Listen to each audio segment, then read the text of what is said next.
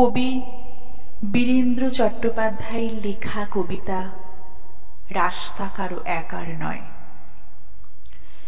ধর্ম যখন বিজ্ঞানকে বলে রাস্তা ছাড়ো, বিজ্ঞান কি রাস্তা ছেড়ে দেয়?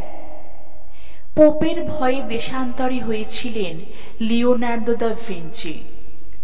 সারাদিন একটা অন্ধকার ঘরের মধ্যে পায়চারি করতেন গ্যালিলিও গ্যালিলি। তাকে পাহারা দেবার জন্য বসে থাকত একজন ধর্মের পেয়াদা, যার চোখের পাতা বাতাসেও নড়ত না। বিজ্ঞান কি তখন থেমেছিল? তীর্থের পাণ্ডাদের হৈ হৈ, তাদের লাল চোখ কি পেরেছিল পৃথিবীকে বেঞ্চের উপর দাঁড় করিয়ে সূর্যকে তার চারিদিকে উঠবোস করাতে? ধর্ম যতদিন দুঃখী মানুষকে বেঁচে থাকার সাহস দেয়, ততদিন রাস্তা নিয়ে কারো সঙ্গে তার ঝগড়া থাকে না। রাস্তা কারো একার নয়।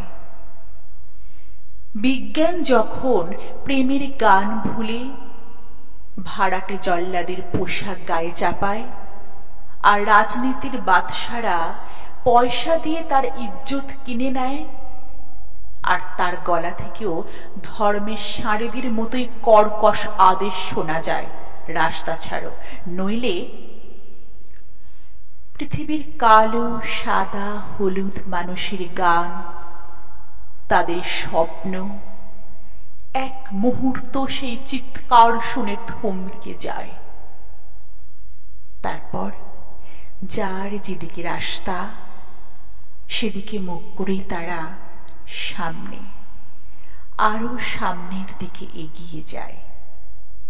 কেউ কারোকে রাস্তা ছেড়ে দেয় না। যতদিন এই পৃথিবীতে গান থাকে, গানের মানুষ থাকে, স্বপ্ন থাকে, রাস্তা কারো